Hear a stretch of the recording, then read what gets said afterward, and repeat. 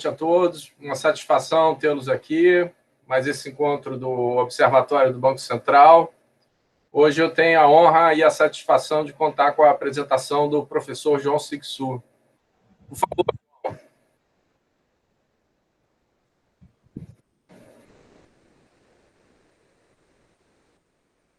João? Eu estou aqui. É só, a palavra está com você. Ah, já? Sim, por favor. Tá. Então tá. Boa noite a todos e a todas.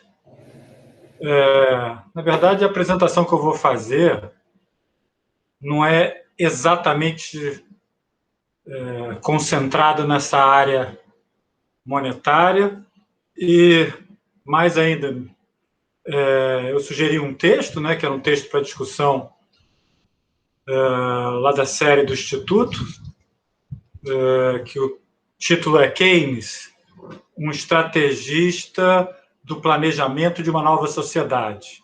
Mas, na verdade, esse texto ele é um texto que é parte de uma pesquisa minha. Na verdade, eu vou falar sobre toda a pesquisa, vou dizer até quais são os textos. Não vou me ater especificamente a esse texto. Vou falar de uma forma bem geral sobre essas questões que eu tenho estudado nos últimos anos. Eu vou fazer uma apresentação que eu acho que ela é muito descritiva. Talvez isso seja um pouco entediante para alguns, mas ela é bastante descritiva, mas eu acho que ela também é bastante provocativa. E é que minha intenção é essa, é de fazer provocação. Então, eu vou colocar num slide aqui, o slide está meio improvisado, porque eu estou usando o computador reserva, mas vai dar tudo certo. Vou tentar fazer uma apresentação aqui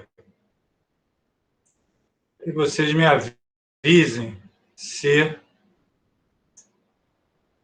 a tela está compartilhada. A tela está compartilhada? Não. Agora sim.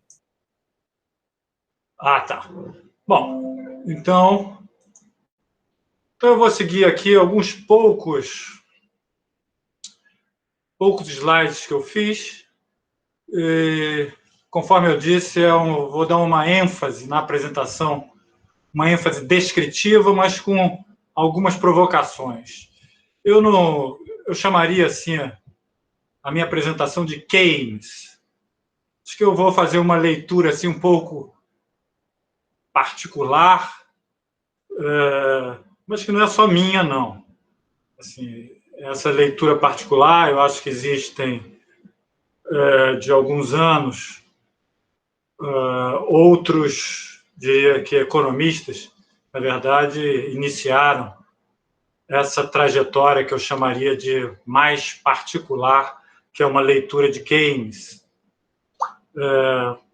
Mencionar, assim, nos Estados Unidos, o James Scott, ou na Austrália, o Roger O'Donnell.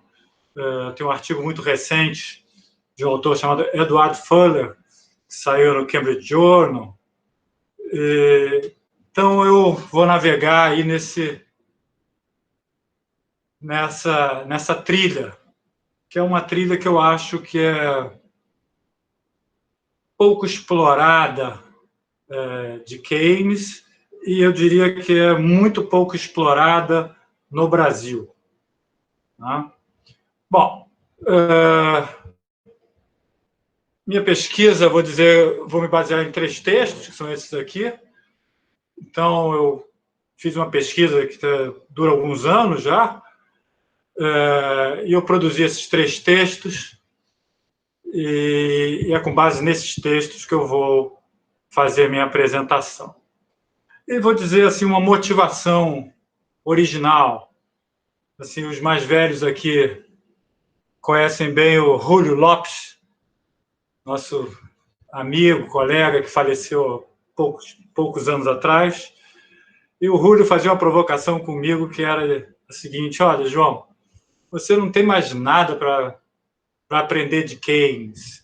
Você já sabe a primeira, a segunda, a terceira, a quarta, a quinta derivada de Keynes? O que você tem para aprender ainda de investimento, multiplicador, preferência pela liquidez, taxa de juros, demanda por moeda?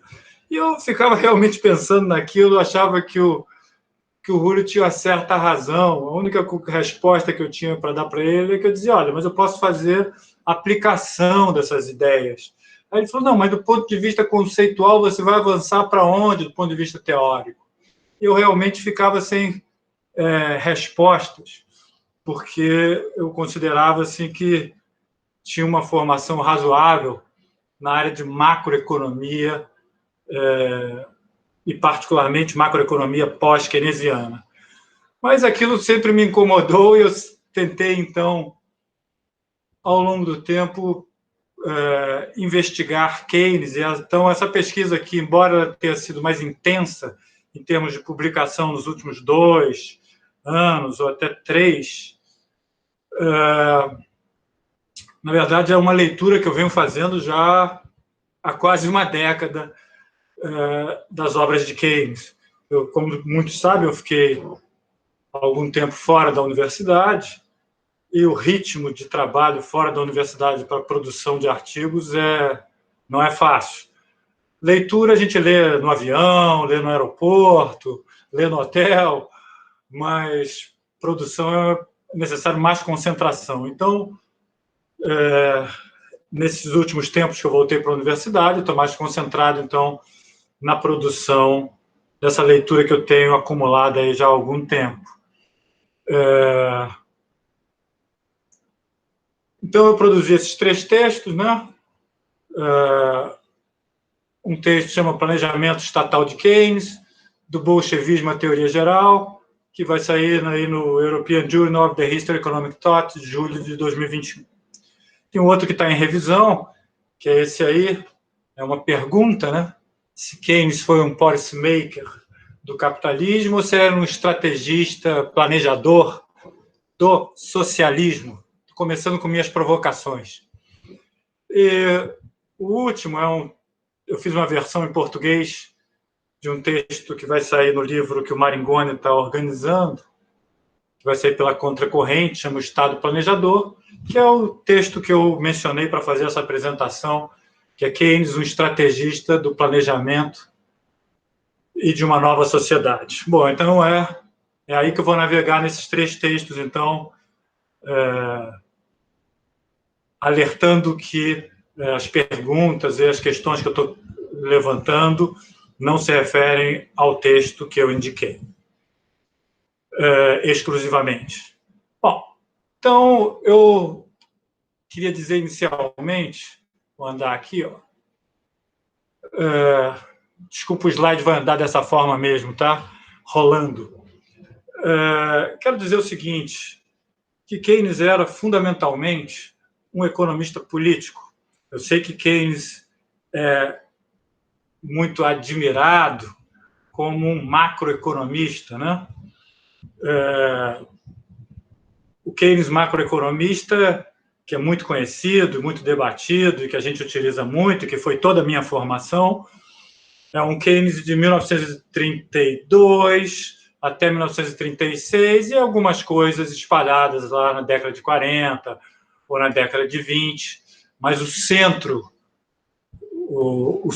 do pensamento macroeconômico do Keynes é aquele período de 32 a 36, né? Bom, e o Keynes ele se considerava um economista político. Ele se considerava. Então, tem 2 passagens só que eu menciono aqui do Keynes. Um é no The Means to Prosperity, que é onde ele diz que, para ele, a economia política é essa mistura entre teoria econômica e a arte de governar, de ser um estadista, e ele desenvolve o texto com base nesse foco. Isso é muito marcante, né? É um texto já onde ele já está dentro de um novo caminho de ideias macroeconômicas, né? E botei aqui um enfeite, que é um texto não é bem um texto, Na verdade, essa segunda passagem aqui, da segunda linha, do segundo parágrafo, na verdade, uma palestra, não era uma palestra, o Keynes fazia um programa na BBC, onde ele recomendava leituras. E aí, nessa passagem, ele está recomendando, ele diz que, então, o assunto dele é a economia política e que ele, então, teme que o público que não seja muito adequado para o público em geral, mas ele, só para fazer uma outra provocação, ele está fortemente recomendando, nessa passagem, um livro do casal Webb, que eram socialistas fabianos. Era um livro sobre a União Soviética, o funcionamento da União Soviética, e o Keynes, então, recomenda como leitura ao público esse texto. E ele diz que esse livro,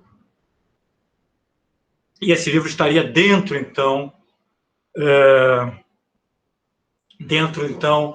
de uma abordagem, que é a abordagem dele, que é a abordagem de economia política. Tá? Bom, avançando um pouco mais, aqui eu fiz uma coisa que é um pedaço, esse slide aqui eu peguei de uma aula minha, na verdade, então desculpem assim, o excesso, talvez, de didática, mas para o Keynes, análise a partir de economia política para o Keynes, que foi o que ele fez a vida toda, era primeiro olhar para a sociedade, ver seus problemas, e economia para ele não era economia da macroeconomia exclusivamente. Tá? Eu marquei ali em vermelho. Era da microeconomia, era da história econômica e era do debate de ideias. Então, isso está em todas as passagens do Keynes, nós podemos encontrar fragmentos para mostrar. Assim, só para fazer mais uma provocação, a teoria geral é muito lida e discutida até o capítulo, vamos dizer assim, 22, né? O 23 é muito esquecido, o 24 também é falado, mas, por exemplo, manuais que eu estudei muito e que eu me lembro assim, de detalhes, um dos livros que eu estudei muito, Macroeconomia, foi o livro da Victoria Schick, aquele Macroeconomics After Keynes. Ele é um livro que trata da teoria geral do capítulo 1 ao capítulo 22, né? Não trata do capítulo 23, onde o Keynes fala, inclusive, o tipo de, mais uma provocação, de socialismo que ele estaria aderindo. E o 24, aí é bem conhecido. O 24, daqui a pouco eu posso até falar um pouco mais, mas ali está, eu diria que o centro de alguma questão econômica do socialismo de Keynes. Mas o socialismo de Keynes não era só economia. Tá? Então, eu daria essa visão que Keynes tem da sociedade. Bom, eu vou iniciar dizendo o seguinte. Olha, nos anos 20, ou até antes, mas particularmente nos anos 20, o Keynes desenhou a sua sociedade ideal. Tá? Eu vou falar quais são as características, mas, na verdade, ele colocou um rótulo nessa sociedade. Tá? Ele chamou de verdadeira república social, ele chamou de república ideal, chamou de socialismo liberal, chamou simplesmente só de socialismo, chamou de verdadeiro socialismo do futuro, de peculiar socialismo britânico, ou chamou até de Nova Jerusalém, que é uma figura bíblica de uma cidade ideal, né? Então, o Keynes, durante os anos 20, ele conforma bem esta ideia e usa esses rótulos para um objetivo final, né? Para um ponto de chegada. Esse momento é importante da década de 20, eu estou destacando, porque existe, inclusive, um consenso entre esses economistas que eu mencionei lá no início da apresentação, de que a conformação dessas ideias ocorre na década de 20.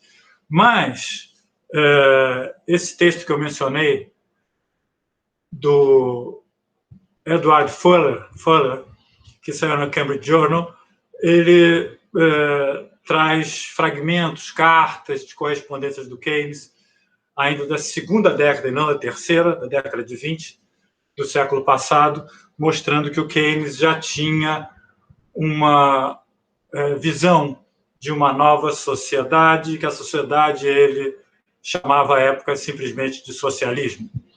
Tá? Bom, quais eram as características dessa sociedade de Keynes? Socialismo de Keynes. O socialismo de Keynes não era o socialismo marxista, não era o socialismo que ele chamava socialismo estatal, da propriedade privada de todos os meios de produção. Tinha algumas características e são essas aqui, as que eu consegui delinear. Vou falar rapidamente sobre cada uma delas. Assim, são 9 características de uma sociedade ideal, do socialismo de Keynes, né? Era uma sociedade com democracia, assim, a mais profunda e radical possível, das liberdades individuais e das liberdades políticas. Keynes era um grande admirador da Revolução Russa e da sociedade russa, exceto quando o regime político se tornou autoritário, e ele não considera que isso tenha ocorrido somente a partir da fase do Stalin. A partir da fase do Stalin, ele considera que foram cometidas atrocidades, mas ele considera que desde a época da fase leninista também o regime político era bastante fechado e com pouca liberdade. Mas ele admirava muito o planejamento estatal, admirava a revolução, que foi pacífica. Keynes era membro de um clube chamado Clube 1917, em Londres, que era o clube que comemorava de forma regular e particularmente a cada ano a Revolução Russa. Então, Keynes era um democrata assim, radical, e ele vai dizer, inclusive, por que a democracia e as liberdades são importantes, inclusive para a dinamização econômica. Mas isso eu já vou falar mais à frente. Ele era a favor da propriedade privada dos meios de produção, inclusive de monopólios e oligopólios. Keynes não era a favor dessa intuição que muita gente tem, de que a concorrência pode facilitar a dinamização da economia, reduzir preços, aumentar a produtividade, etc.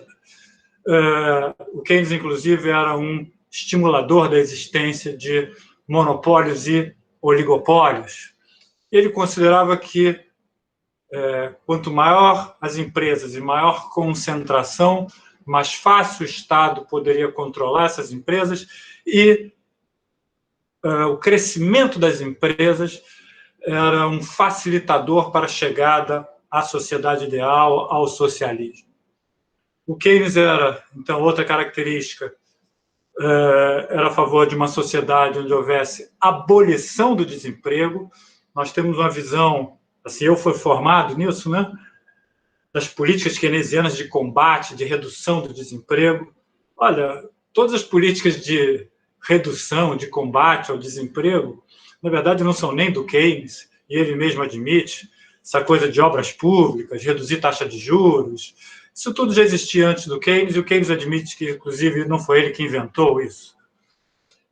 A coisa de mitigar, reduzir os ciclos para amenizar o desemprego, ele, óbvio que ele era favorável, mas a questão fundamental para ele não era essa. A questão para ele fundamental era a abolição do desemprego, e não políticas, essas que são chamadas atualmente de políticas keynesianas de combate ao desemprego. Aliás, todo mundo fala a qualquer hora, isso é política keynesiana, isso é política keynesiana. Na verdade, só para dar assim, 2 exemplos.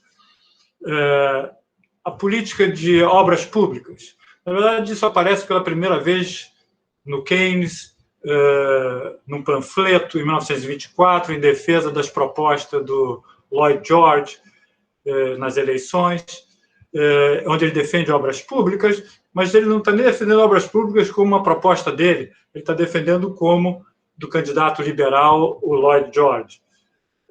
E ele, quando escreve aqueles ensaios de biografia, aqueles ensaios que têm biografias, né, dele,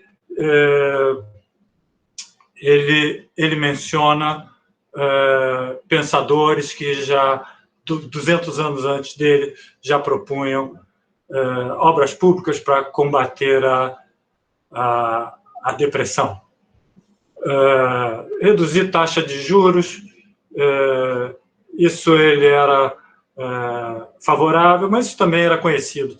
E até aquela coisa que a gente aprende mas muita gente aprende no ensino médio, né, que o Keynes influenciou o New Deal. Na verdade, foi o New Deal que influenciou o Keynes, e toda essa discussão de políticas de estímulo econômico, de redução do desemprego, já existia nos Estados Unidos na década de 20, na década de 30, e o Keynes nem tinha contato ainda com aqueles economistas. Passou a ter a partir de 1931 diretamente, né?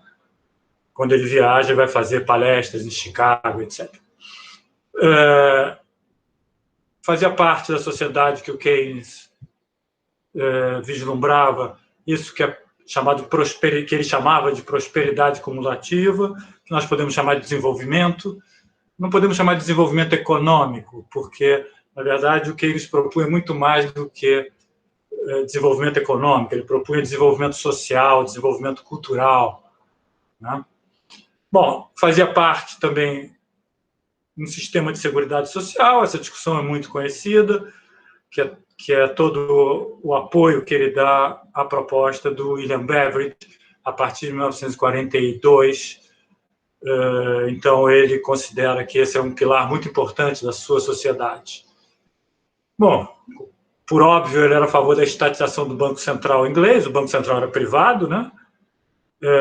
O Banco Central só se torna estatal no ano que o Keynes morre, em 1946, e ele era a favor, na verdade eu estou chamando aqui de controle, entre aspas, dos bancos, mas eu diria que o Keynes mostra que ele é a favor, talvez, da estatização de todo o sistema financeiro. Há um texto onde o Keynes comenta o programa do Partido Trabalhista, e o Partido Trabalhista propõe a estatização dos bancos, e ele fala, olha, eu concordo com essa proposta, mas não é a hora de nós fazermos o debate sobre ela. Das propostas do Partido Trabalhista, eu quero defender explicitamente a estatização do Banco Central, né? Mas deixo aí mais uma provocação de que o Keynes abre a porta ali para dizer que talvez fosse favorável à estatização do sistema financeiro, numa referência que ele faz à proposta do Partido Trabalhista. Bom, e aqui os últimos 3 pontos são daquele conhecido texto, né, as consequências econômicas para os nossos netos, dos nossos netos, né, que ele propõe uma jornada de trabalho reduzida de 3 horas por dia, 5 vezes por semana, que ele fala aí sim a humanidade vai desafiar, vai ter que pensar, ter o desafio de pensar como ocupar o tempo livre, né? E o Keynes, então, também destaca que nesta sua sociedade ideal não há mais sentido em se pensar, né, do enriquecimento pelo enriquecimento. Anteriormente, ele até admite no capitalismo, porque isso representaria uma segurança familiar, a busca do enriquecimento, se bem que ele separa a ideia de enriquecimento para dar segurança familiar, aquele enriquecimento que se transforma em poder político. Ele fala, numa sociedade ideal, esse love of money, isso é uma doença, de fato, uma doença, uma patologia que deve ser investigada por especialistas. E, por último, ele está dentro da sua sociedade ideal, a ideia de governar de acordo com critérios científicos, onde até ele fala lá desse mesmo texto, ele fala que os economistas deveriam ser cientistas, tal como os dentistas são. Os dentistas utilizam a ciência para fazer seus procedimentos, e os economistas deveriam ser assim também. Então, essas são as linhas gerais. E o Keynes, o que ele vai fazer ao longo da sua vida, é isso que eu vou falar aqui agora, ele vai propor caminhos para chegar a esta sociedade ideal, que é definida ao longo da década de 20. Até esse texto, As Consequências Econômicas para os Nossos Netos, ele aparece pela primeira vez na forma de palestra, ainda dentro da década de 20. Né? Bom, o Keynes, ele apresenta assim, uma linha de pensamento, de passo a passo, como chegar no seu ideal. E ele se referencia, inclusive, à União Soviética.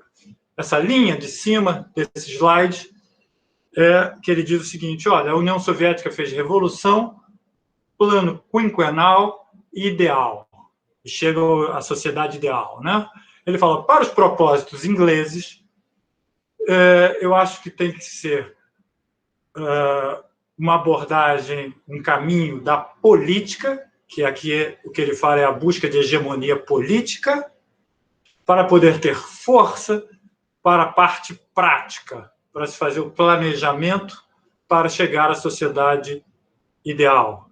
Então, isso é muito interessante, eu acho, que esse paralelo que ele faz entre o caminho adotado na Rússia, né, que depois se transformou na União Soviética, e o caminho que ele fala para os propósitos ingleses, o caminho é abordagem política, crescimento, hegemonia política, planejamento e chegada à sociedade ideal. Né? Bom, então, o Keynes precisava aqui de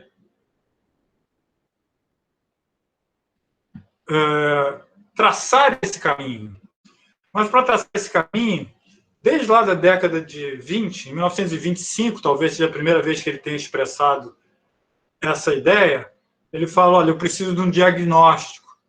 Ele vai fazer uma palestra, 2 palestras que ele faz na Rússia, em 1925, e ele fala que precisa de um diagnóstico para poder estabelecer uma nova sociedade, porque naquele capitalismo que existia na Europa, ele dizia que não acreditava mais. Tinha falido, na verdade. Então, na verdade, a teoria geral do emprego, do juro e da moeda, ele é um pedacinho do pensamento de Keynes,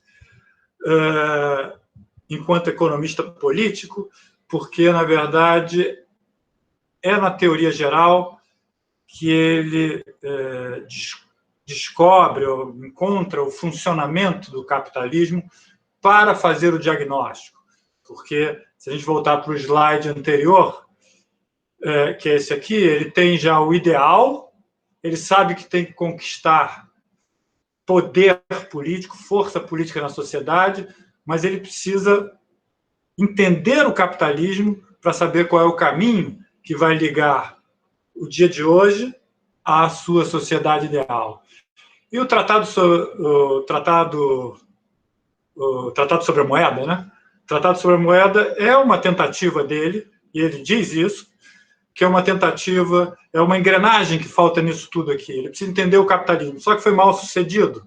Então, a teoria geral não é uma coisa assim que surge na cabeça do Keynes, que ele é um macroeconomista, um dia está pensando sobre o capitalismo, encontra toda aquela formulação sobre o funcionamento do capitalismo. Na verdade, essa é uma busca que ele vem fazendo, mas uma busca orientada para esse fim. Ele precisa entender o capitalismo para traçar o planejamento dos dias de hoje até o seu socialismo. E o planejamento do Keynes, que ele traça, né, ele precisava muito de uma ideia de funcionamento do capitalismo para fazer planejamento, mas o planejamento do Keynes não é planejamento só, planejamento econômico. Não é só de políticas econômicas, é também. Mas o Keynes pensava em muita coisa. O Keynes pensava em imigração, emigração, quantidade da população. Vou falar até alguma coisa que assuste um pouco, mas o Keynes pensava na qualidade da população, qualidade da sociedade. Keynes chegou a escrever uma revista da década de 20, que era famosa, revista de Eugenia, revista da Eugenia, que eles publicou artigos sobre crescimento populacional, controle da população, sendo que eugenia, na década de 20, não tinha todo esse conteúdo que passou a ter a partir da década de 30, por conta de Mussolini, Hitler, etc., etc., etc., que nós conhecemos bem. Então, eugenia não era uma palavra assim muito maldita na década de 20, e o Keynes tem artigos, então, publicados na revista de Eugenia. Então, o planejamento para o Keynes envolvia muita coisa. Envolvia transporte ferroviário, muito mais do que política fiscal, monetária e cambial, e tarifária, né? Bom, então, estou colocando mais esta questão. Bom, vou falar aqui do planejamento rapidamente, já estou até quase acabando, tá? Rapidamente do tipo de planejamento que o Keynes estabelecia para a economia, que era uma questão assim que eu considero que há pouca percepção sobre isso. Bom, o Keynes queria, com o planejamento, eliminar, estou falando eliminar de fato, um tipo de incerteza da economia, que é essa incerteza que a gente aprendeu lá na teoria geral, que é a incerteza da falta de demanda, né? O planejamento deveria eliminar essa incerteza, né? Mas ele queria que houvesse um outro tipo de incerteza presente na economia, que a gente pode chamar de vários rótulos diferentes, uma incerteza setorial, uma incerteza microeconômica, uma incerteza específica empresarial, que é a incerteza do negócio em si, que está relacionado com criatividade, inovação, invenção, inovação, concorrência, se vai obter o lucro ou não por falta de demanda, mas sim por uma questão de organização, dinâmica setorial. Então, o planejamento do Keynes era o planejamento do fim da incerteza de demanda, mas do estabelecimento e do estímulo da incerteza setorial ou empresarial. E aí até ele diz o seguinte, olha, as liberdades políticas e individuais são fundamentais, porque com essa liberdade que vem a criatividade empresarial, e com essa criatividade que vem o estímulo à invenção, à inovação e a toda essa incerteza setorial. Então, isso Keynes estimulava, queria ver a sociedade tivesse esse estímulo a esse tipo de incerteza, né? Bom, e como é que o Keynes, então, queria eliminar essa incerteza, que é a incerteza de demanda? Aqui também é uma leitura muito particular, né? Mas, se bem que isso é explícito, quando Keynes faz uma discussão de 1942 a 45, que é conhecido, sobre o orçamento de capital, que é uma discussão muito interessante, mas que também eu acho que a gente tem uma abordagem exclusivamente macroeconômica do orçamento de capital. Tá? Já vou falar sobre isso também. Mas o Keynes propunha, e isso o orçamento de capital ajudaria, que o Estado controlasse 2/3 a 3/4 do investimento total da economia, incluindo o investimento privado, incluindo aquelas empresas que eu mencionei, as grandes empresas, os oligopólios. E que isso, na verdade, que é, do meu ponto de vista, a socialização do investimento do Keynes. Tá? O socialismo do Keynes não é a estatização dos meios de produção, mas é o controle do investimento dos meios de produção. Tá? E, particularmente, desses 2/3 a 3/4 que ele cita. Ele fala aqui está o investimento público e o investimento privado. E isso o Estado tem que controlar. E o orçamento de capital, que ele é dividido aí em algumas partes, né? Até no texto que eu mencionei para essa apresentação está lá. O orçamento de capital ele divide em outros orçamentos, no orçamento público, no orçamento privado de capital, que o Estado deve acompanhar, monitorar e organizar. Então, o orçamento de capital é muito mais do que aquela coisa que a gente discute sempre da macroeconomia, que é o orçamento de capital e o orçamento ordinário, corrente, né? Para se ter uma ideia, como o orçamento de capital era tão importante para o Keynes e não dizia respeito só à macroeconomia dos investimentos, o Keynes sugeriu que o programa de seguridade social proposto pelo William Beveridge fizesse parte do orçamento de capital e não do orçamento corrente, ordinário, né? Então, ele dava muita importância à abolição do desemprego e ao sistema de seguridade social. E essas duas questões teriam que aparecer no orçamento de capital, que me parece assim que é o ápice da ideia dele de planejamento de uma sociedade. Se bem que eu repito, esse é o ápice, mas é muito mais do que isso. Bom, por último, antes de acabar aqui, tem no texto que eu sugeri como guia para essa nossa conversa uma passagem do Keynes onde ele descreve o que é a sua Nova Jerusalém. Eu quero só falar, para encerrar, o que ele chama de Nova Jerusalém. Ele chama de Nova Jerusalém o seguinte: o investimento que deveria ser feito em cada cidade na Grã-Bretanha, para que cada cidade tivesse cantinas, cafés, teatros, bons restaurantes, espaços públicos de convivência. E também, ele falava, olha, isso é muito importante, porque isso dá qualidade de vida, mas o fundamental é habitação digna, transporte público, e colocar toda aquela energia do trabalho do capital que estão paralisados para construir uma nova sociedade que ele chama de, quem sabe eu posso chamar isso de a nossa nova Jerusalém. Então, eu estou falando disso só para dizer o seguinte, que o Keynes não está só preocupado com reduzir o desemprego e mitigar a amplitude dos ciclos econômicos.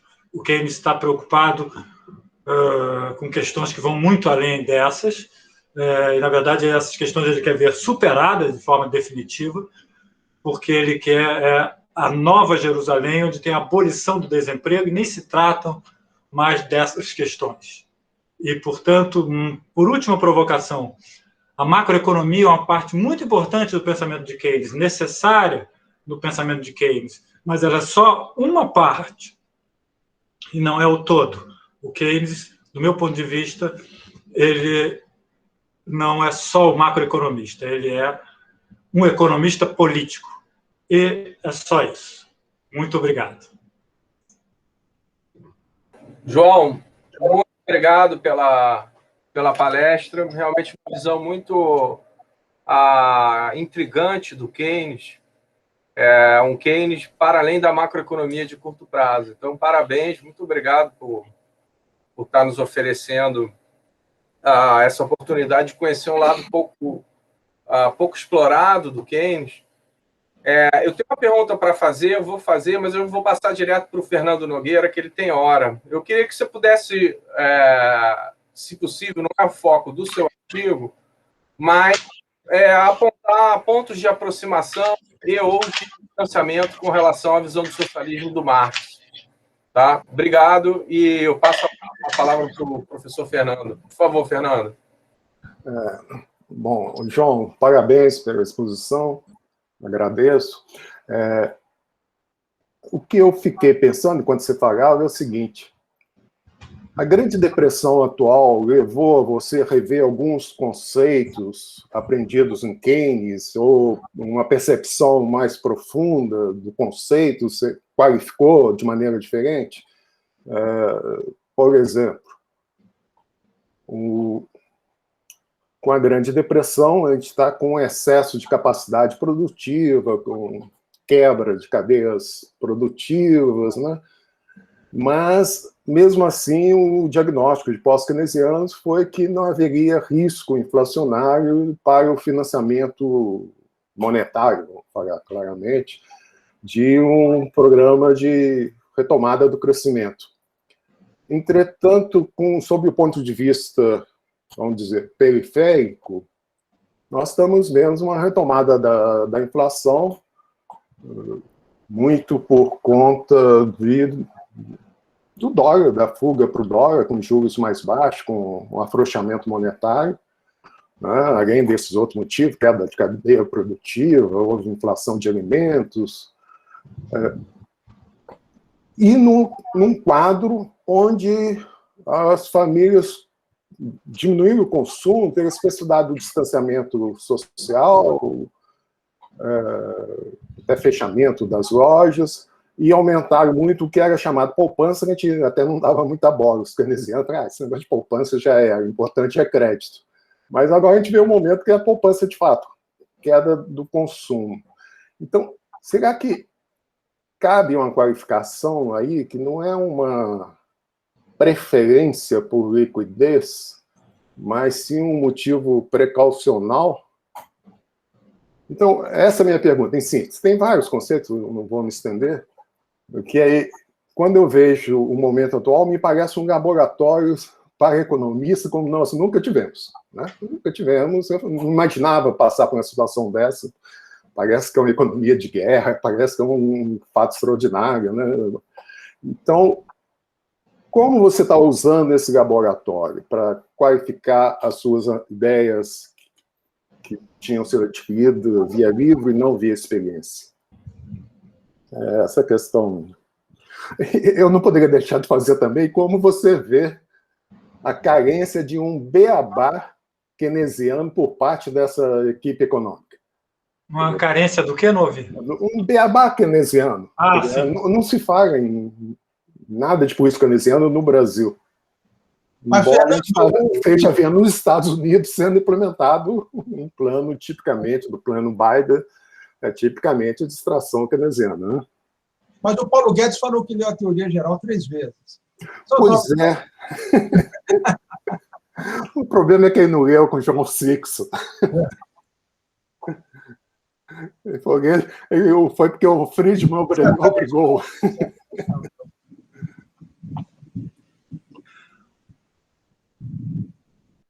Falo eu? Não tô... Tá, vou falar assim... Não quero muito me ater assim, a essa equipe econômica, não, mas vou falar rapidamente. Eu acho que esse pessoal aí, eu acho totalmente assim, desprovido de conhecimento teórico. Não é do Keynes, não. É do Friedman. Eles não sabem nada de nada, eles fazem o que está no balcão. O que o balcão apresenta como demanda, eles vão colocando na mesa, né? Assim, só para dar uma ideia, Friedman era totalmente contrário à independência do Banco Central. Talvez até concorde muito com o Friedman nesse aspecto. E essa equipe econômica é totalmente favorável à independência do Banco Central. Então, eles seguem o que é apresentado no balcão. Perdão de interromper. Você acha, eu já pensei nisso, vendo alguns membros da equipe, que a escola austríaca tem mais influência do que o monetarismo, realmente, para eles morreu, mas a escola austríaca tem algumas ideias que a gente vê bastante influência. Alocação de capital, contra o crédito, esse tipo de coisa. Contra o Banco Central, Estado mínimo. É uma coisa mais ideológica que me faz me lembrar mais a escola austríaca. Von Mises, Hayek. Assim, eu te digo o seguinte, da escola austríaca, eu acho que tem muitos fundamentos, né? Se não aparece muito política econômica, e esse pessoal faz muito, tem muita iniciativa como se fosse de política econômica. E eu acho que, eu repito, eu acho que não tem fundamento não, Fernando. Eu acho que é o que aparece no balcão. O que aparece no balcão. Por que então, não há, se o fundamento é da escola austríaca, por que não há nenhum estímulo, então, para dissolução de oligopólios, pelo estímulo à concorrência? Aí começa a afastar de novo da escola austríaca. Então, eu sei que eles podem dizer para mim com o tempo, etc., isso vai haver dissolução, não precisa haver estímulo, mas eu não vejo assim conexão teórica entre o que é feito e o que eu conheço de teoria. Eu vejo, sim, um balcão que vai lá apresentando, olha, eu preciso aqui fazer uma reforma trabalhista, então faz. Eu preciso fazer isso aqui, a reforma da Previdência, então vamos fazer. Uma coisa meio de balcão mesmo. Apresenta a demanda e do outro lado aceita. E, bom, falar a última, assim, que eu vi que você já está até falando que realmente não é monetarismo, mas uma de monetarismo do Paulo Guedes foi quando ele disse que o câmbio estava fora do lugar porque as empregadas domésticas viajavam para a Disneylândia, não sei o quê, blá, blá, blá, blá. Isso o Friedman se moveria dentro do caixão de ouvir alguém dizer que as decisões incorretas do público estão colocando uma variável numa posição incorreta. Isso não tem nada a ver com fundamentos de monetarismo. Então, mas deixa isso para lá. Eu acho que isso tem pouca importância. Bom, eu quero falar mais aqui sobre outra questão que você falou, assim, sobre a grande depressão a depressão que nós estamos vivendo agora. Estou gostando de ver que muita gente está falando em depressão. Estou gostando de ver, porque há pouco tempo atrás não se falava, mas assim já tenho visto o Fernando falar, o Beluso falar, recentemente viu o Paulo Gala falar, que nós vivemos uma depressão no Brasil, de fato. Mas no mundo, talvez, certamente, talvez não, mas certamente. O que eu acho é o seguinte, aqui, eu acho que tem uma questão que me faz refletir com relação à minha apresentação, que é o seguinte: o primeiro passo lá do Keynes era hegemonia política, que, na verdade, para o Keynes era hegemonia, no sentido lá do Gramsci, hegemonia cultural, que era muito mais do que hegemonia política. E eu acho que nós perdemos, nós não temos hegemonia política e cultural. E todos esses resultados econômicos, eu acho que tem sido resultado disso. Então, lá no meu slide eu apresentei assim, ó, abordagem política, o prático, o ideal, essa sequência, né? Então, está acontecendo exatamente essa sequência, só que é outra, né? A abordagem política não é a nossa, o prático não é o nosso, o ideal que chegou não é o nosso. Não é o nosso, mas a sequência é a mesma, apresentada pelo Keynes. Então, eu penso assim que o mais fundamental de tudo é de que nós não temos hegemonia política e cultural. Isso é que nos levou a essa situação. E isso é tão dramático que, veja bem, aqui no Brasil, eu queria que a gente fizesse essa política dos Estados Unidos, eu queria que fizesse a política da Europa, mas aqui nós estamos tão atrasados do ponto de vista político, né? Eu não sei se é correto falar isso, atrasado do ponto de vista político. Estamos em outro canal político, em outra vibração política, que nós não copiamos nem mais. Nós estamos sendo, na verdade, heterodoxos entre os conservadores. Essa equipe econômica era heterodoxa entre os conservadores, porque eu queria que eles copiassem os conservadores, mas eles não copiam. Então, eu acho que a minha questão mais fundamental é isso. Eu acho que falta hegemonia política e cultural para que tenha uma virada, e gostaria muito que essa equipe econômica fosse extremamente ortodoxa e copiasse as mensagens nesse momento que vem do norte, que vem da Europa ou que vem dos Estados Unidos. Já estaria muito feliz com essa... Estaria feliz, não é exagero, mas estaria menos infeliz se isso acontecesse. Bom, sobre a questão do... Fernando, acho que eu tenho que dizer, não sei se é suficiente, mas é o que eu tenho para dizer. E te agradeço muito a pergunta. Sobre o André perguntou qual a diferença entre o socialismo do Marx e do Keynes. Fundamentalmente, eu acho que é a propriedade dos meios de produção. O Keynes, sempre quando descrevia o seu socialismo, ele, no fim do Laissez-faire, no texto Fim do Laissez-faire, tem uma passagemzinha que ele diz, olha, eu não quero nem o laissez-faire de um lado e nem quero do outro lado, o socialismo estatal ou socialismo marxista. Tá? Aí muita gente diz que ele procurou o caminho do meio e tal. Bom, tanto faz se é caminho do meio, não, importa que é o caminho do Keynes. Então, a questão fundamental é essa. A questão não é outra. Não vejo outra. Assim, repetindo, o Keynes, a gente pode falar mais sobre isso, o Keynes era um profundo admirador e elogiava profundamente a União Soviética, os rumos econômicos da União Soviética, os planos quinquenais. Quando foi feita a Revolução Russa, ele escreve uma carta para a mãe dizendo, olha, eu estou bastante animado com os acontecimentos e eu sou agora palavras do Keynes, eu posso me considerar agora um bolchevique otimista. E em outra passagem ele diz o seguinte, ó, se é para servir a um regime da Rússia, eu serviria aos bolcheviques e não aos czaristas. Ele fala, ambos são autoritários, mas esse agora pode trazer desenvolvimento, qualidade de vida para a sociedade. Então, ele é um admirador da União Soviética.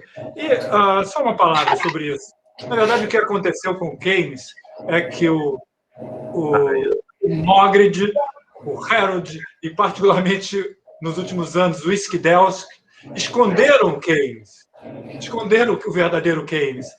Na verdade, eles fizeram Keynes para ser bem digerido no Ocidente, na Europa, nos Estados Unidos. Esse texto que eu citei vocês devem ler, o título Era Keynes um socialista?, que saiu no Cambridge Journal. O Fuller mostra o seguinte, como o Skidelsky pegou cartas do Keynes e fragmentou, publicou na biografia dele o que interessava, e escondia pedaços da carta do Keynes falava, eu sou um socialista, eu quero confiscar riquezas.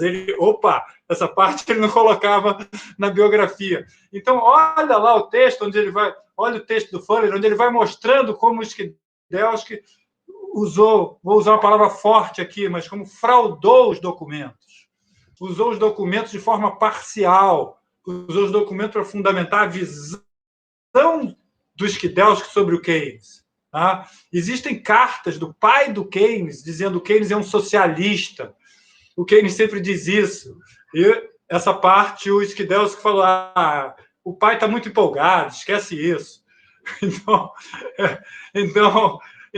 esse texto, eu digo assim, é um texto que, para mim, eu sempre li com muita desconfiança o Skidelsky, que eu nunca gostei muito, inclusive porque tem esse lado muito vida assim, Caras, de revista Caras, eu não gosto dessa parte, mas não sei se vocês entenderam qual é o que eu quis dizer com isso. Aquelas coisas que ele fica falando do Keynes, as suas relações homossexuais e tal, eu não gosto muito, acho isso uma bobagem ficar colocando essas coisas. Então, essa parte eu já não gostava muito. E achava uma interpretação muito conservadora do Keynes. E agora, então, para mim, assim, eu uso como referência, eu tenho aqui na estante as obras do Skidelsky, mas essa do Fuller é destruidora, é demolidora. Ele pega cada carta que o Skidelsky utilizou e o Skidelsky some com pedaços da carta, some com a conclusão das frases. Isso é terrível para a vida acadêmica, né? Isso é uma fraude na vida acadêmica. É isso. Você está com o microfone fechado. Eu já vou passar a palavra para o Luiz Fernando e a gente já tem uma sequência aqui de pessoas com a mão levantada, mas só para complementar, mas o Keynes teve uma parcela de culpa nisso, porque ele foi um crítico muito ferrenho do Capital. Mas você não precisa responder, não, depois a gente conversa. Tem citações do Keynes muito ácidas em relação ao Capital, então depois eu queria falar um pouco.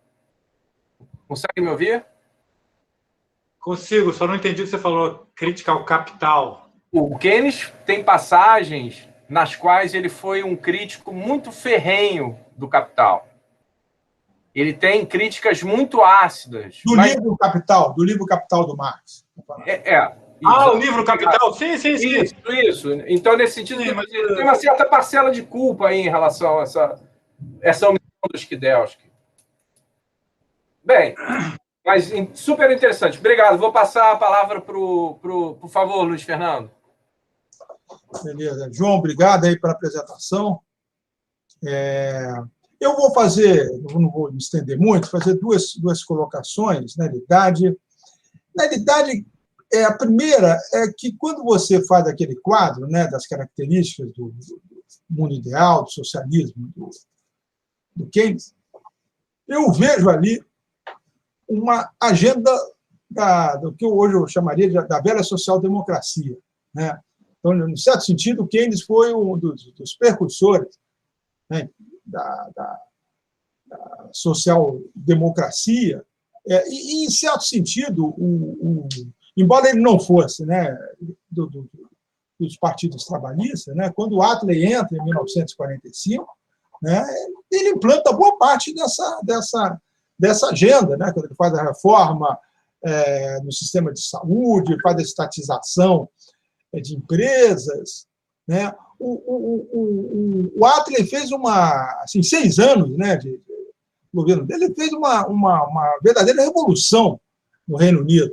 Por exemplo, ele criou ele tinha uma preocupação da popularização da cultura, criou o sistema de BBC, né, a ideia de que, por exemplo, música erudita não deve ser uma coisa para a elite, deve ser uma coisa popular. Então, teve toda essa preocupação, né. Eu vejo muitas uma agenda, né, ali uma agenda da social-democracia, da velha, né, vamos chamar assim, da velha social-democracia, que depois teve aquelas coisas meio, sei lá o quê, que houve ali com o Tony Blair, né, com o Fernando Henrique, essas coisas mais.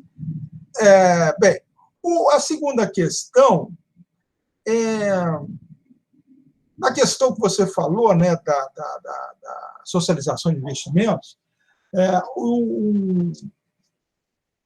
O Kregel tem um artigo que saiu no livro, acho que em 1986, 1987, no livro, né, que ele pega essa literatura do Keynes ali de 42, 45, que é, na realidade, a questão da preocupação do Keynes, né, com a recuperação da economia britânica, né, a partir da guerra, né, e o Keynes e o Kregel, né, fala que o Keynes ele fala especificamente, eu não tenho de cabeça, mas ele fala alguma coisa como 30%, 1/3 dos investimentos totais deveriam ser feitos por entidades públicas ou semipúblicas, né? Então, e aí tem uma questão que você mencionou, né, assim, um passant, né, que eu acho que você destacou a questão do orçamento de capital, né, que eu acho que é importante, porque o Keynes é visto muito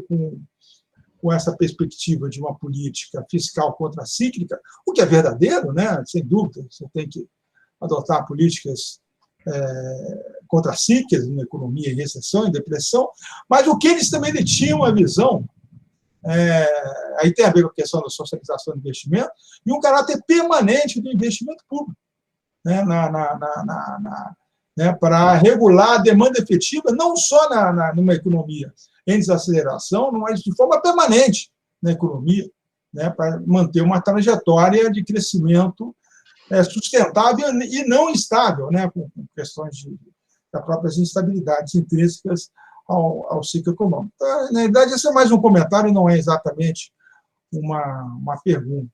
Tá? agradeço, de qualquer forma, a apresentação, que foi bastante interessante.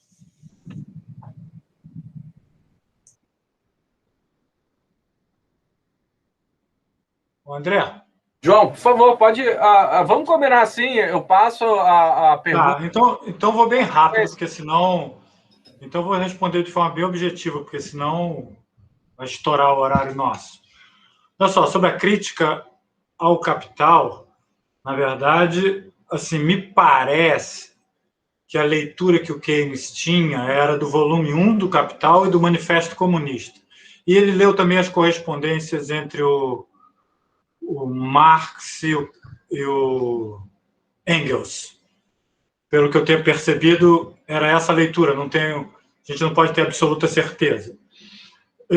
Mas o Keynes concordava no fundamental do livro 1, que era aquele circuito dinheiro, mercadoria, dinheiro. Essa o Keynes concordava totalmente. Tá?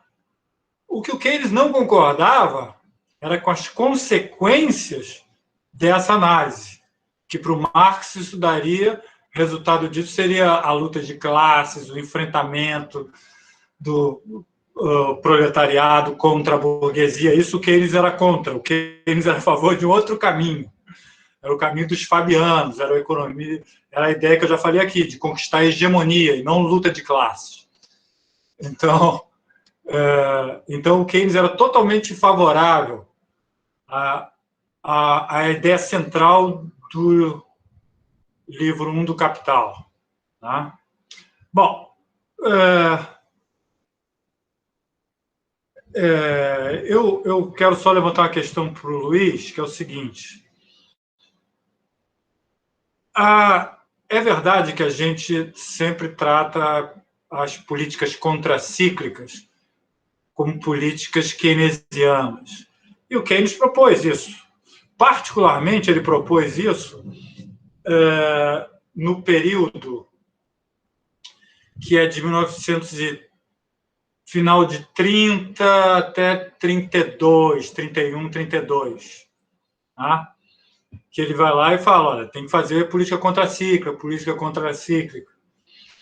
Mas eu penso que com a evolução do pensamento político-econômico dele e com esse ápice que eu chamei, que é o orçamento de capital, a ideia de política contracíclica fica secundária, porque a ideia final é que não tenha mais ciclo.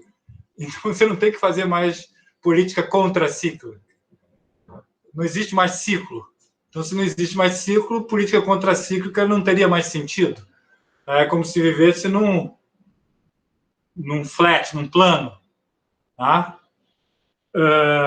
Então, até essa ideia não é nem minha, essa ideia do James Scott, ele fala que com o estabelecimento do orçamento de capital, a política contracíclica, embora exista, ela se torna secundária na visão do Keynes.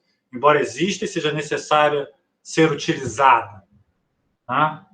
Tem um livro até que eu vi que o Luiz postou, eu já li o livro, o Luiz postou um dia no Facebook dizendo que tinha comprado, que é o livro Keynes contra o Capitalismo, que é o livro de James Scott.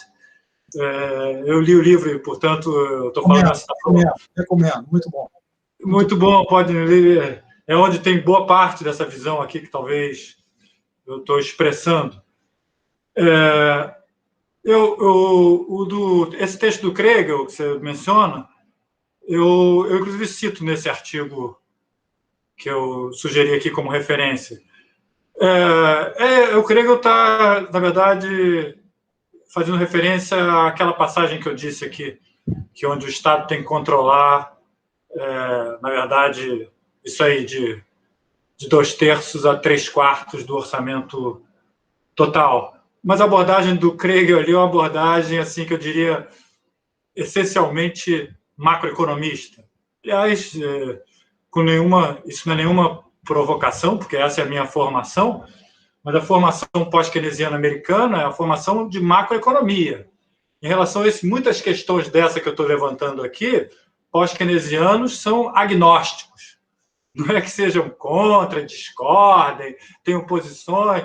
Na verdade, Tem até uma passagem do Davidson, no Money in the Real World, onde ele diz, olha, que reconhece que existem todas essas questões, e ele diz, olha, são questões muito importantes, mas não são questões monetárias. Eu vou tratar aqui do mundo monetário. Então, na verdade, pós-keynesianos, essa escola que nós fomos formados e que eu me orgulho muito, é agnóstica em relação a essa discussão aqui. Tá? E profundamente, eu diria, valorosa em termos de desenvolvimento da macroeconomia de Keynes. Por último, essa questão que você diz que é uma agenda da social-democracia, é uma mistura ali. Ali é uma mistura de partido liberal, que o Partido Liberal era mais à esquerda do que o Partido Trabalhista, o Keynes era do Partido Liberal, o Partido Trabalhista tinha bases sociais, sindicais, muito, muito fortes, mas o Partido Liberal era mais à esquerda do que o partido... O Keynes mesmo fala, olha, meu sentimento é que eu estou mais à esquerda do que, com esse termo, mais à esquerda do que o eleitor médio do Partido Trabalhista. Só para fazer uma provocação com os trabalhistas, o Trotsky, quando estava fugindo da União Soviética, perseguido pelo Stalin, tentou ir para a Grã-Bretanha. E o Keynes, com outros intelectuais, fizeram um movimento, fizeram uma carta para aceitar o Trotsky e para proteger o Trotsky dentro da Grã-Bretanha. Isso foi uma parte do Partido Trabalhista, basicamente os socialistas fabianos assinaram essa carta e o Partido Liberal assinou essa carta. Mas o Partido Trabalhista no governo impediu o Trotsky de entrar na Grã-Bretanha e ele foi parar no México, então.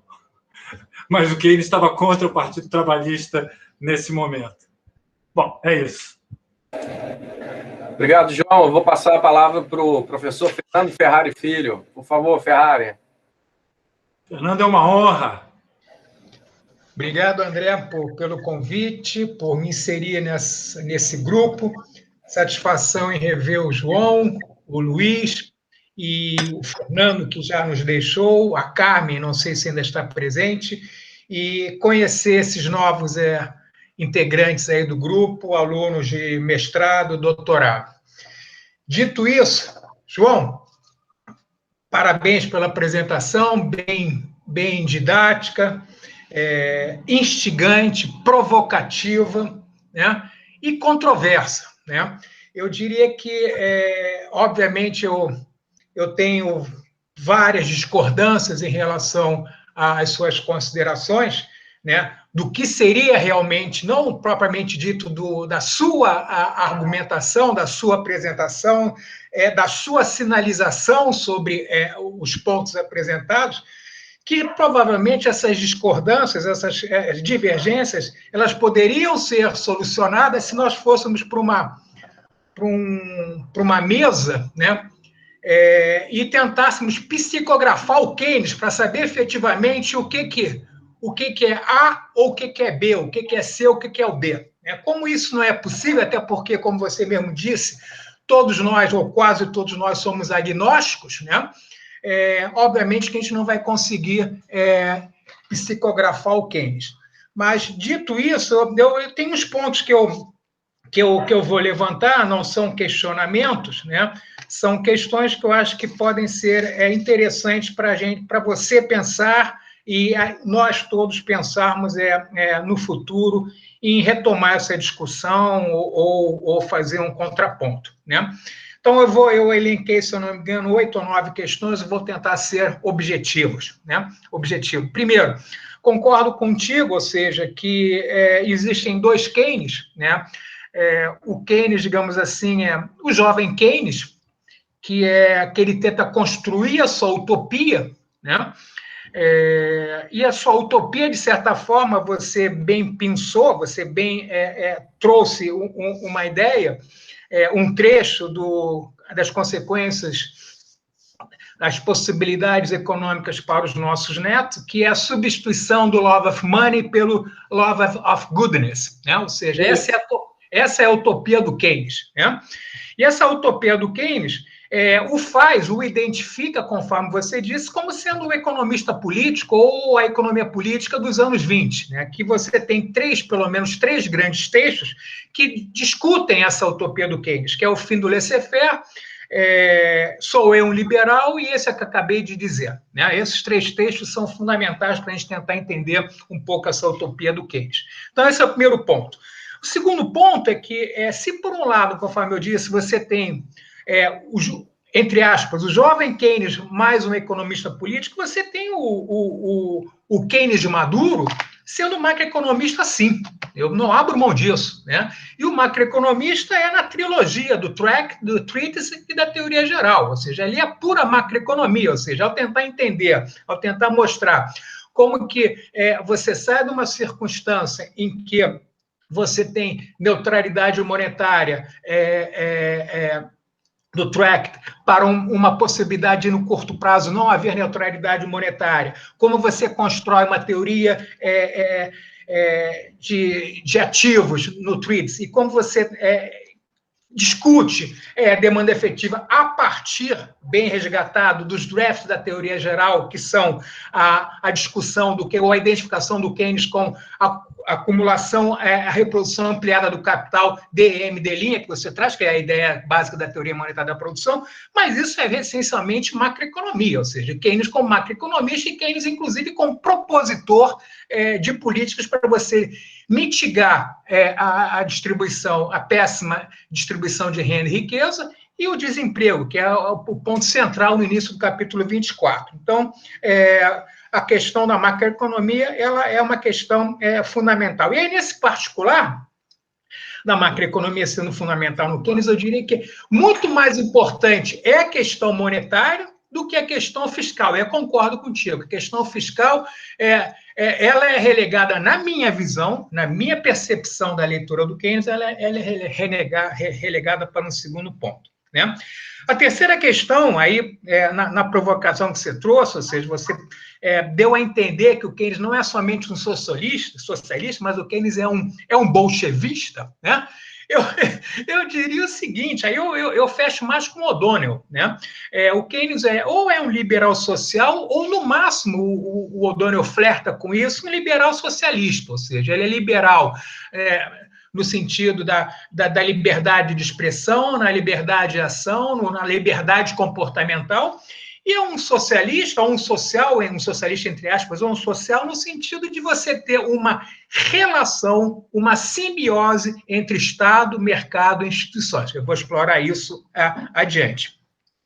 O quarto ponto, ou o quinto ponto, já me perdi nas minhas contagens, é a ideia da socialização do investimento que você traz, mais ou menos, tenta mostrar que essa ideia é a ideia de que você tem investimento privado, mas você tem uma parte substancial do investimento público. A minha leitura é um pouco diferente, ou seja, não que isso seja descartado, né?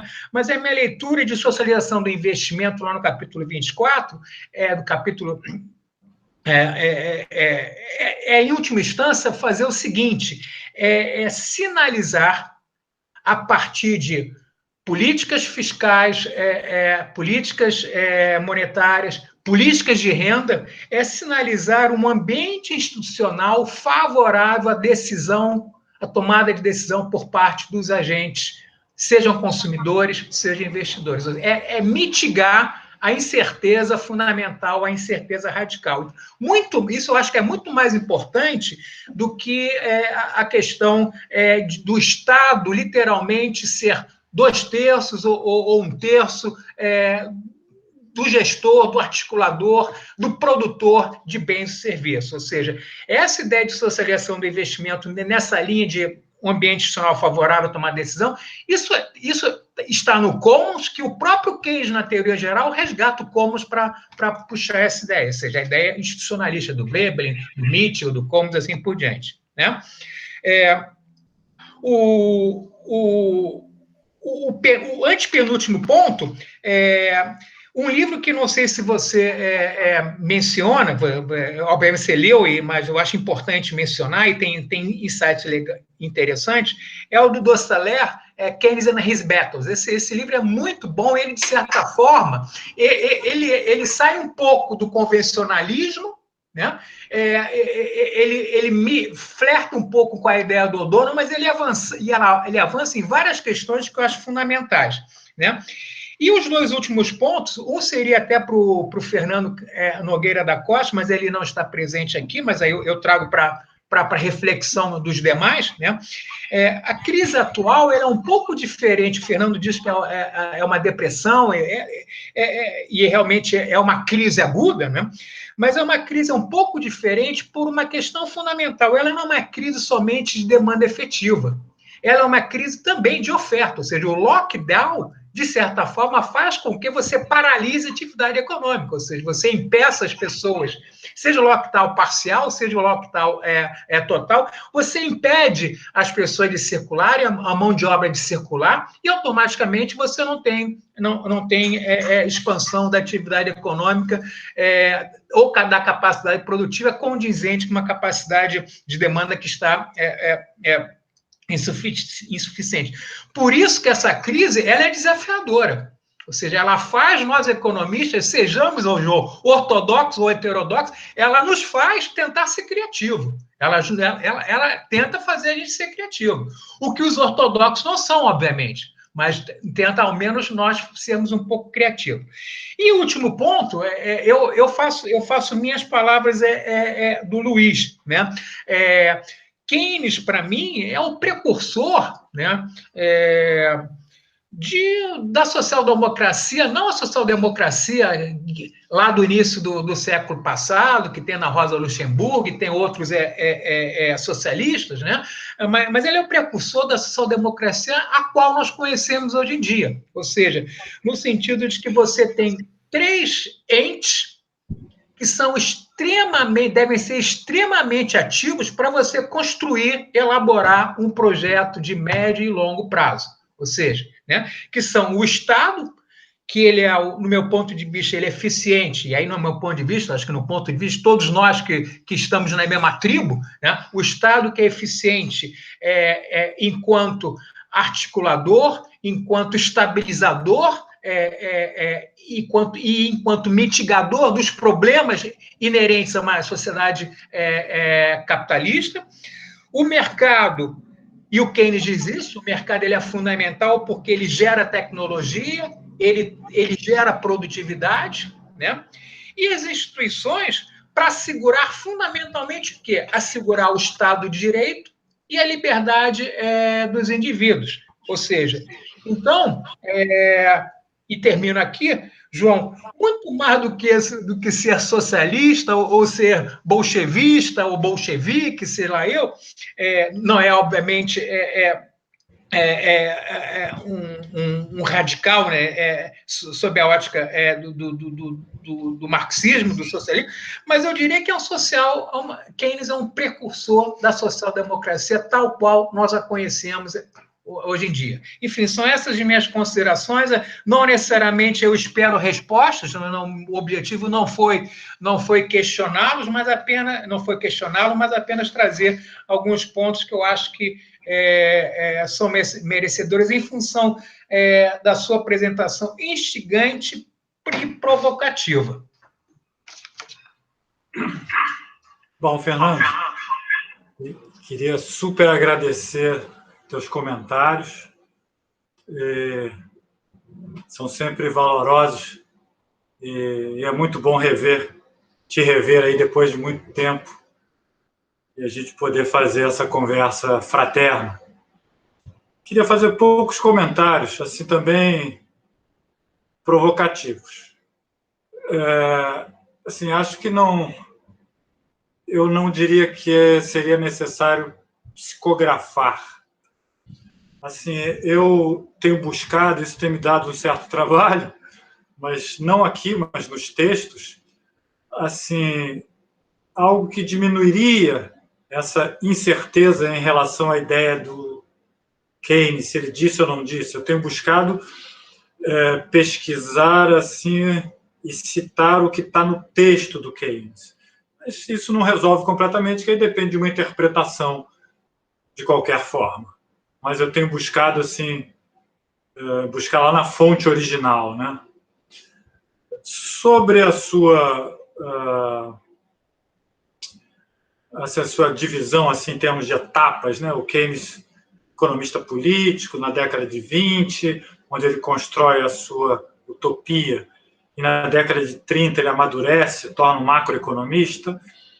Diria que a gente pode relativizar isso também, Fernando, pensando o seguinte, olha, a macroeconomia do Tracts, do Treatise, da Teoria Geral, das 3 obras, na verdade, ela perpassa a década de 20 à década de 30, né? O Tract é de 23, o Treatise começa a ser escrito em 1923, né? A Teoria Geral começa a ser escrita em 32, é verdade. Agora, para trazer uma reflexão, o último capítulo da Teoria Geral, no rascunho de 1932, o Keynes tinha um título que era sugestivo. O último capítulo se chamaria Socialismo. É só procurar lá que você vai ver que o rascunho da Teoria Geral era o capítulo 24 se chamaria, o último capítulo se chamaria Socialismo. Assim, o rótulo, para mim, importa pouco, mas eu acho que o rótulo mais adequado é esse que você falou, de liberal socialista. Liberal na política e socialista no resto. Isso que era o liberal socialismo do Keynes, né? Ele era do Partido Liberal, conforme eu falei, né? Mas eu acho que ele era muito simpático, realmente, aos bolcheviques. Muito simpático. Sim, eu teria muitas passagens para citar do Keynes e sua simpatia com os bolcheviques. Ele conhecia muito bem a Rússia, obviamente ele era casado com a Lídia, visitou a Rússia 3 vezes, escreveu vários artigos sobre a Rússia, sobre a União Soviética, e onde ele demonstra assim, muita simpatia, né?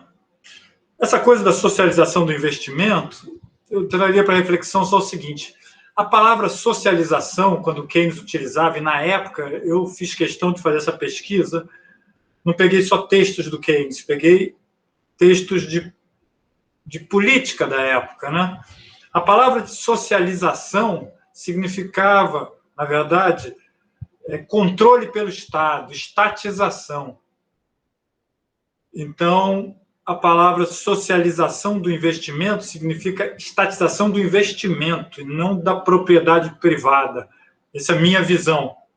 Mas tem vários textos, do segundo texto que eu tô produzindo, que está em revisão lá, que eu citei, onde essa visão toda de planejamento não é do Keynes, na verdade é de um grande grupo e o Keynes faz parte desse grupo, né? Mas a palavra socialização nesse período é utilizado como não de socializar, distribuir, mas sim socializar no sentido de estatizar, de controle do governo, controle do Estado, né? Mais uma questão assim que você levantou sobre depressão. Minha questão sobre a depressão é que eu acho que ela é anterior à pandemia. Nós já estávamos em depressão antes da pandemia, então é só para pensar. E minha última questão sobre seus comentários, eu acho que vale a pena para todos nós. Tem um calhamaço de um livrão assim grosso, chamado Britain's Industrial Future, que é o programa de sociedade do Partido Liberal, que o Keynes fez parte, foi um dos autores. E ali está uma sociedade e um programa que eu gostaria que o PSOL assinasse, mas o PSOL não assinaria aquele programa. Aquele programa é muito radical para o PSOL assinar. Então, vale a pena buscar esse livro, chamado Britain's Industrial Future, que o Keynes é um dos autores. São 5 autores, mais ou menos, escrito na década de 20, e que eu sempre provoco alguns amigos do PSOL perguntando se eles aceitariam assinar um documento do Partido Liberal inglês mas eles certamente não aceitam, porque trata de questões que estão além das suas ideias nos dias de hoje, né? É isso. Obrigado, Fernando. Super obrigado. Eu que agradeço.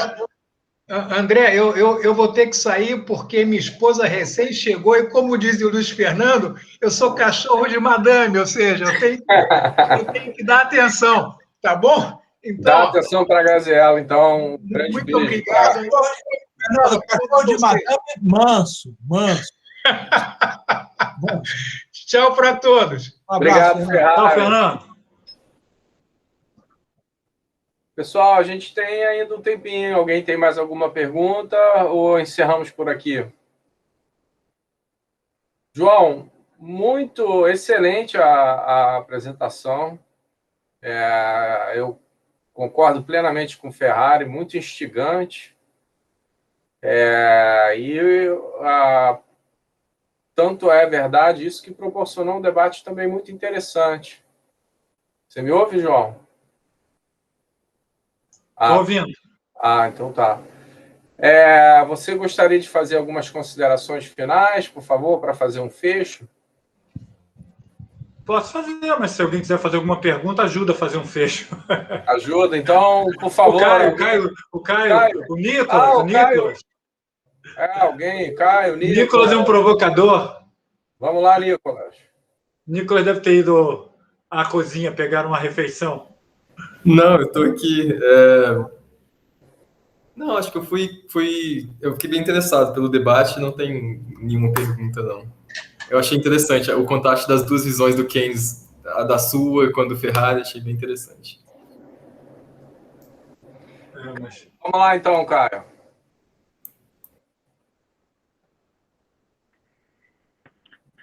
Não, fiquei super animado, não só com o tema, com a forma. Vou dizer que o Keynes, lido dessa forma, se torna mais atual do que ele já seria com a visão do Skidelsky, né?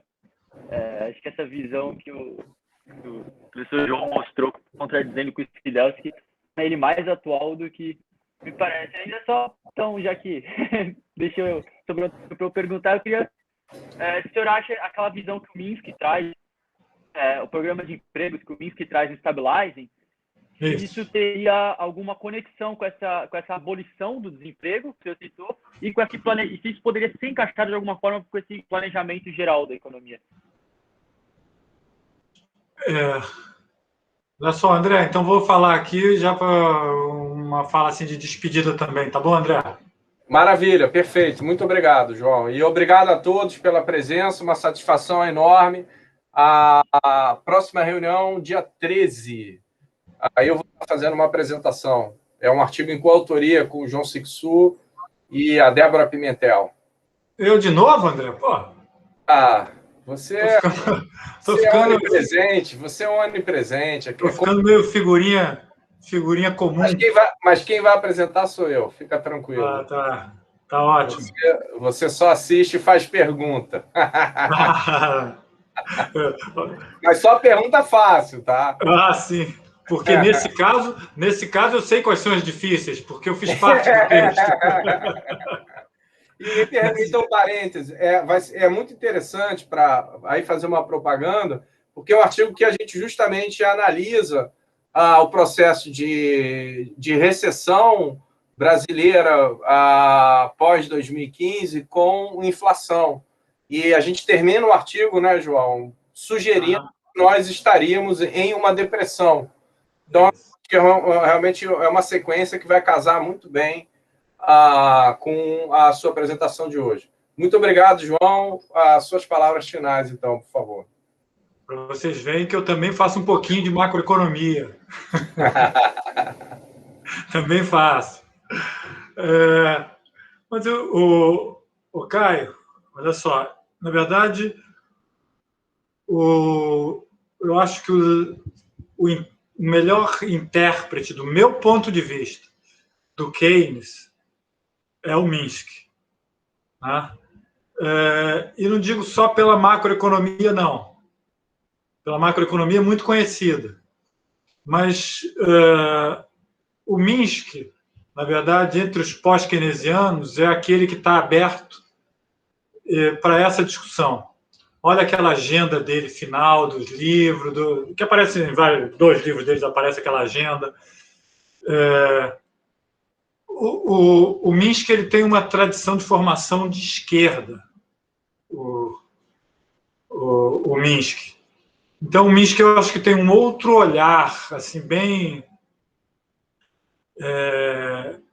eu diria que ele não vê só a macroeconomia do Keynes, ou não vê só utilidade na macroeconomia do Keynes, vê utilidade no pensamento mais geral do Keynes. Então, eu gosto muito assim, daquela agenda final, tem conexões com o Keynes, eu acho que é muito interessante aquilo.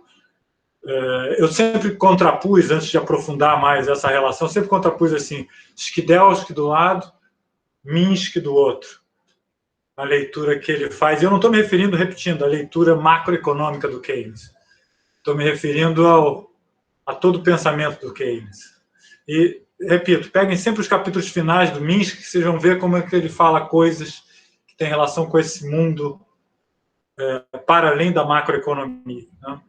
Bom, mas eu acho que, para encerrar, eu diria só que essa questão que eu levantei para o Ferrari, para mim, é uma questão marcante que as pessoas pouco conhecem. Que é o último capítulo da teoria geral, se chamaria socialismo. Está lá nos rascunhos. O Keynes que mudou depois, mas o capítulo 24 se chamaria socialismo. E o Keynes, na verdade, ele não era conhecido pela macroeconomia. Tá? O Keynes se torna uma personalidade mundial, não quando ele escreve a teoria geral, mas sim quando ele escreve as consequências econômicas da paz. Eu até falei as consequências econômicas dos nossos netos, não, as possibilidades econômicas para os nossos netos, as consequências econômicas da paz. Porque ele se torna uma personalidade mundial em 1920, e ele não tinha nenhuma elaboração ainda macroeconômica, ele tinha uma elaboração de economista político. Poucos sabem, mas o Keynes foi indicado em 1923 a Prêmio Nobel da Paz. Então, para vocês saberem como Keynes não é um macroeconomista. O Keynes era um economista político, um pensador e tal. Acabou que não houve Prêmio Nobel concedido da Paz em 1923 e 1924. O Keynes ficou entre os 30 indicados, só isso. Eu só estou falando isso para dizer que o Keynes não era esse... Ele não se tornou conhecido no mundo pela sua macroeconomia. Ele se tornou conhecido no mundo pelo seu pensamento como economista político. Keynes se tornou conhecido no Brasil, a gente não sabe disso, poucos sabem disso, mas ele se tornou conhecido no Brasil, no início da década de 20, como uma referência para as negociações de reparação de guerra. Porque o Keynes tinha uma proposta e o Brasil era um dos países que fazia parte do grupo que demandava reparações de guerra. Então, o Keynes era conhecido aqui no Brasil pelo Assis Chateaubriand, por exemplo, como uma referência para de serenidade, equilíbrio para as negociações de reparações de guerra. Então, encerro para dizer o seguinte: eu supervalorizo, obviamente, a interpretação de Keynes da macroeconomia, me formei nessa tradição e olho a macroeconomia com as ideias do Keynes, do Minsky, e todo Paul Davidson, Victoria Schick, Kregel, Cardin, etc. Mas penso Keynes hoje, de uns anos para cá, além da sua macroeconomia. Só isso. Muito obrigado pela atenção de todos. Excelente, João. Muito obrigado, então. Um agradecimento especial ao público e até a próxima. Um grande abraço, pessoal. Tchau, tchau. Tchau, pessoal.